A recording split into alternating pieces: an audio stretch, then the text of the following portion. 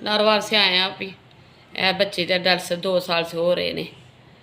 असी बब्बू इन्हां दा नशई है तो छोटे बच्चे ने मेरे दूसरे, तो बड़ी बेटी है मेरी, तो असी बहुत गरीब हैं। बड़ा बेटा मेरा जरा मिस्त्री पिछे मजदूरी करता तो साडा कोई माड़ी मोटी सानू रोटी खुआ छड्डदा। डॉक्टर ने पट्टी टाइट कर दी, ਉਹਦੀ वजह नाल ਇਹਦਾ मसूला जरा बंद हो गया।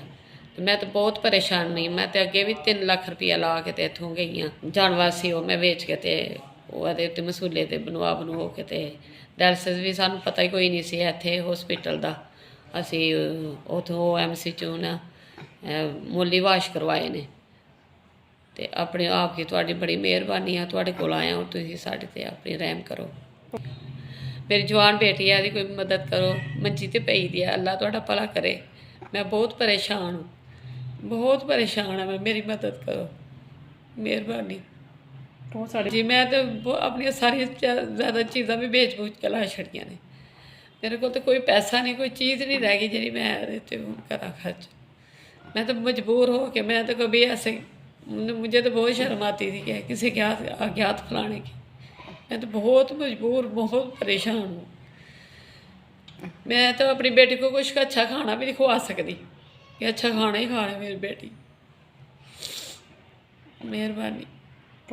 डॉक्टर कहते हैं कि सारिया नैसां जड़ियां ना कमज़ोर हो गई, बंद हो गई, तो वड्डी नाली पैनी है जरा परमोलेट की कहते हैं। उनको कोई 10 रुपये नहीं, आप मेरी मदद करे, आप बड़ी मेहरबानी। मैं कित्थों पवां, मैं की करा। मैं भी एक इज्जत वाली औरत हाँ जी, मैं बहुत परेशान हाँ।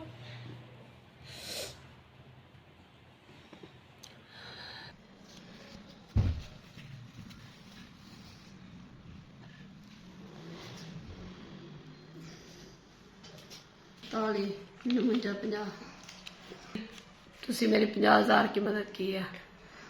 SBS की भी पूरी टीम का शुक्रिया, मेहरबानी। ये कल आए ने, उन्होंने साड़ी हालात वेखे ना, आज साड़ा काम क्लियर हो गया। इतनी जल्दी उसने हमारी मदद की है, हम उसका बहुत बहुत शुक्रिया अदा करते हैं। हाँ जी, असं बड़ी दूर से आए हैं। इस शहर में लाहौर में साड़ी मदद हुई है 50,000 रुपया। मैं SBS का बहुत शुक्रिया अदा करती हूँ और बहुत दुआएं देती हूँ।